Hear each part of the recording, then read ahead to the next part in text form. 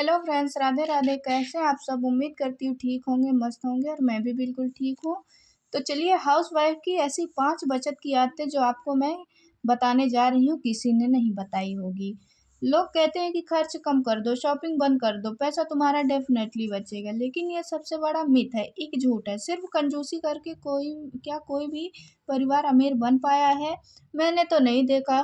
तो आज मैं आपको वही घिसी-पिटी सलाह बिल्कुल नहीं दूँगी, बल्कि 5 ऐसी स्मार्ट आदतें बताऊँगी जो स्मार्ट हाउसवाइफ चुपचाप अपनाती हैं। अब 5वां तरीका तो इतना ज़्यादा पावरफुल है कि आपकी शेविंग को एक बहुत ही बड़ा बूस्ट देगा।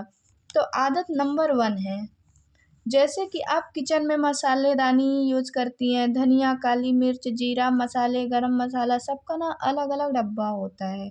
सेम यही तरीका फ़ॉलो करें अपने बजट में। अपनी शेविंग के लिए सबसे पहले तो अपनी ज़रूरतें, अपनी आवश्यकताओं को ध्यान में रखें कि क्या-क्या आपकी ज़रूरतों की चीज़ें हैं, जो अब महीने भर आपको ज़रूरत पड़ती है। जैसे हाउस रेंट हो जाता है, आपका बिजली बिल हो जाता है, दूध वाले का बिल हो जाता है।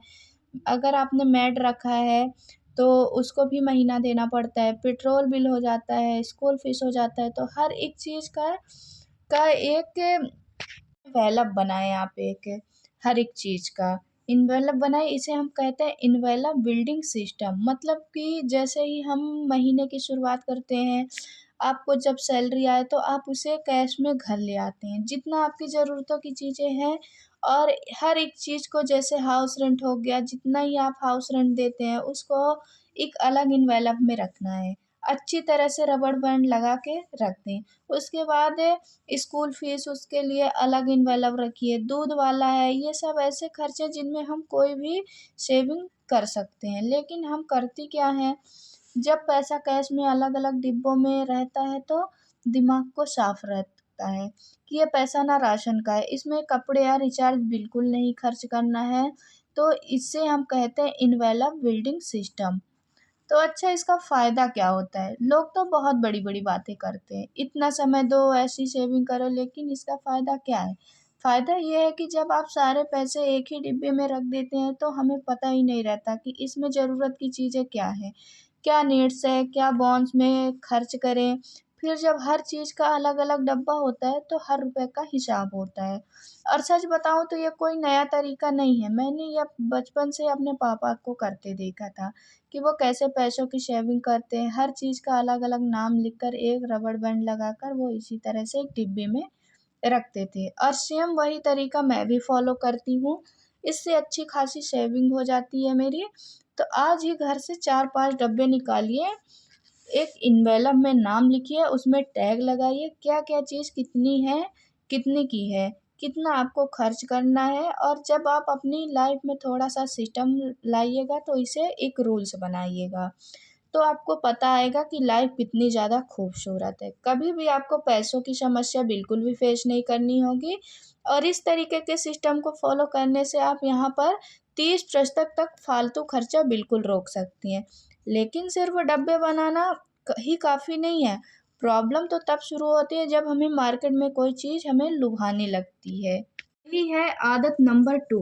जैसे कि हम किसी काम के लिए मार्केट जाते हैं, तो वहाँ पर हम देख लेते हैं सेल बाय 1 गेट 1 फ्री। ये सारे आशाएँ दुकानदार की हैं, आपको लुभाने के लिए। अगर आप वहाँ पर, जैसे कि हम किसी काम के लिए मार्केट जाते हैं, तो वहाँ पर हम देख लेते हैं सेल बाय 1 गेट 1 फ्री। तो ये सारे फसाए दुकानदार की है, आपको लुभाने के लिए। अगर आप वहाँ पर सेल में कुछ अच्छी चीज़ों को देख के उत्साहित हो जाते हैं उसे लेने के लिए, और अगर आप कन्फ्यूज़ रहते हैं लें कि नहीं लें, इस महीने का बजट बिल्कुल वैसा नहीं है, वहाँ पर आप 24 आवर रूल बिल्कुल फ़ॉलो करें। 24 घंटे का आवर रूल बिल्कुल फ़ॉलो करें। डेफ़िनेटली आप सेल में ज़रूर जाएँ, लेकिन वहाँ पर अगर आपको कोई चीज़ पसंद आ गई है तो देख के या फ़ोटो खींच के आप उसे घर ले आएँ। चुपचाप आ जाएँ घर, 24 घंटे का समय होने दें। अगर आप उस चीज़ को भूल चुके हैं तो आपको उस चीज़ की बिल्कुल भी ज़रूरत नहीं है। लेकिन अगर आपको लगता है कि नहीं, मुझे लेना चाहिए, मेरी ज़रूरत की चीज़ है, तो आप दोबारा जाके उस चीज़ को बायजस करें। लेकिन हम अक्सर ही इस तरीके के स्कैम में फँस जाते हैं और बहुत सारी गैर ज़रूरी चीज़ें शौक से अपने घर ले आते हैं। लेकिन सच बताऊं तो जो आपको उत्साह होता है तो सिर्फ उसी पल का होता है, आपको ज़रूरत नहीं है। साइकोलॉजी भी कहती है 24 आवर बाद आपको उस चीज़ की ज़रूरत महसूस ना हो तो आप बिल्कुल भी वो ना लें। बस आपके माइंड से खेलता है। इस तरीके से सेविंग का बहुत बड़ा हिस्सा आप गैर ज़रूरी सामानों में खर्च कर देते हैं। तो यहाँ तक तो हमने बहुत अच्छी खासी सेविंग कर ली है, सिस्टमैटिक रूल अपनी लाइफ में बना लिया। गैर ज़रूरी सामानों को ना खरीदने का भी एक रूल बना लिया। तो जो बचा पैसा है उसका क्या करना है? तो सिर्फ पैसा बचाना ज़रूरी नहीं है, पैसे को आपको बढ़ाना भी सीखना होगा। तो यही है हमारी आदत नंबर 3, सेविंग। अक्सर लोग कहते हैं कि सेविंग करो, लेकिन सेविंग से बचा पैसा को हम किस तरह से बढ़ा सकते हैं? इसके लिए आप यहाँ पर बैंक में आईडी कर सकते हैं, एफडी कर सकते हैं, या फिर आप यहाँ एसआईबी कर सकते हैं।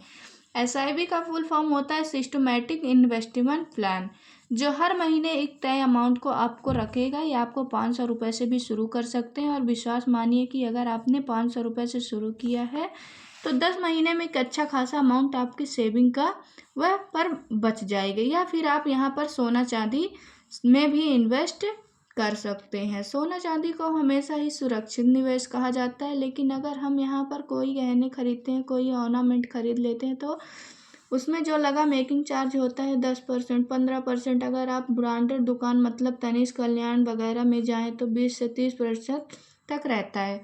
तो सोचिए कि आपका एक अच्छा खासा अमाउंट पहले ही कट जाता है। अगर आप सोना में इन्वेस्ट सच में करना चाहते हैं इन्वेस्टमेंट पर्पस से, तो आप डिजिटल सोना खरीद सकते हैं, जहां पर आपको मेकिंग चार्ज भी नहीं लगेगा, चोरी होने का डर भी नहीं होगा, और ये वहां पर आप बिल्कुल ही सेव हो जाइएगा। तो आप स्मार्ट बिल्कुल बनिए, लेकिन चतुराई को भी फॉलो ज़रूर करिए। तो इसी से हमारी आदत आती है पिछली और राशन की स्मार्ट बचत।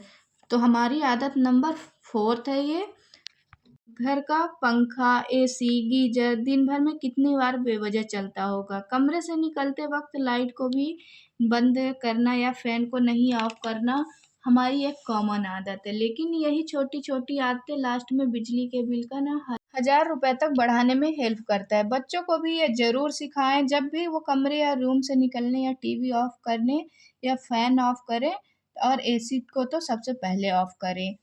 तो मोस्ट इम्पॉर्टेंट बात, राशन की बचत। बची हुई खाने को फेंकने की बजाय अगले दिन उसे अगर नया रूप देकर अगर आप बनाते हैं, तो सच मानिए आपकी क्रिएटिविटी को दिखाता ही दिखाता है। खाना फेंकने से आप बच जाते हैं। खाना फेंकना या सीधा सीधा पैसे को फेंकना, तो बहुत सारे ऐसे तरीके हैं, जो ऐसी रेसिपी है जो आप बचे हुए खाने से बना सकते हैं। उन सारी चीज़ों को ज़रूर ही फॉलो करें। आपको ये सारी बातें बहुत ही छोटी छोटी लगती हैं, लेकिन बस याद रखिए छोटी छोटी बूंदों से ही सागर भरता है। छोटे छोटे चेंजेस करके हम अपने लाइफ में बहुत बड़ी सेविंग कर सकते हैं। इसी से हमारा उम, आता है 5वीं आदत। तो जो आता है इमरजेंसी फंड। जिंदगी कभी भी बताकर हमें मुसीबत नहीं लाती है। अचानक बीमारी, अचानक कोई ज़रूरी खर्च हमारा एक अच्छा खासा सेविंग अमाउंट को यूं ही खा जाता है। और बीमारी तो एक ऐसी चीज़ है जो दीमक नहीं, एक बड़ा ही बहुत बड़ा ही शेर है, जो आपके बचत को कम निगल जाए आपको पता भी नहीं चलेगा, और इसी समय किसी के आगे आपको हाथ ना फैलाना पड़े। इसके लिए आपके इमरजेंसी फंड को हमेशा ही अपने पास रखिए। ये कोई दिखावा नहीं है, ये आपकी सुरक्षा है, आपका आत्मविश्वास है। तो रोज 50, 100, 200 जितना भी बन पड़ता है, आप एक इमरजेंसी फंड में रखिए। आप एक गुल्लक भी रखिए, पर्स भी रखिए। एक ऐसी सुरक्षित जगह रखें जहाँ भी किसी को भी मालूम ना हो। हर दिन जब आप छोटी-छोटी सेविंग करते हैं, तो एक अच्छा खासा इमरजेंसी फंड हो जाता है। इससे चाहे तो आप अपने वेकेशन में भी यूज़ कर सकते हैं, या बीमारी आ गई तो आपको किसी के सामने हाथ फैलाने की ज़रूरत ना पड़े। तो एक आत्मनिर्भर औरत वही होती है जो घर के साथ-साथ हर उस चीज़ों को बहुत अच्छी तरह मैनेज करती है। मैनेज हमें ही करना है, और हमारे इनकम भी लिमिटेड हैं।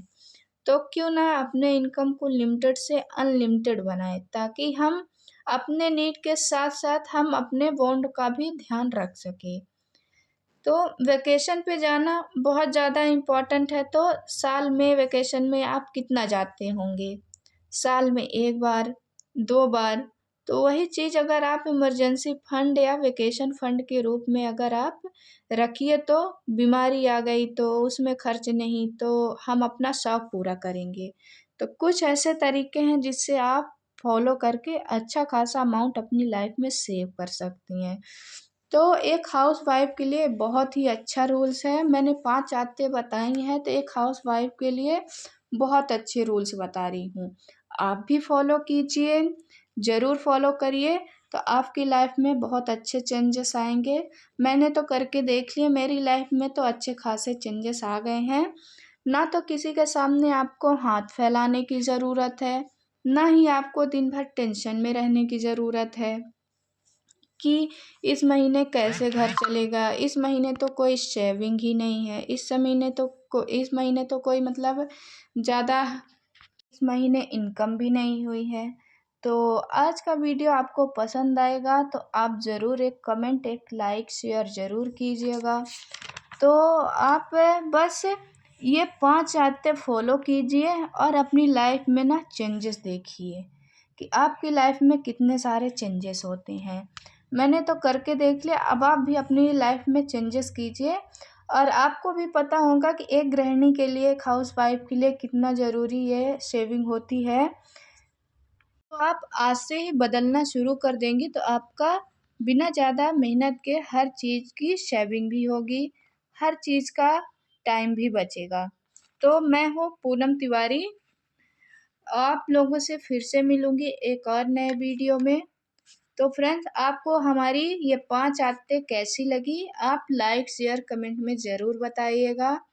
तो आज के लिए इतना ही और अगले वीडियो में आपसे मैं और कुछ आदतें लेकर आऊँगी, जो हर एक हाउसवाइफ़ के लिए मोस्ट इम्पोर्टेंट होंगी।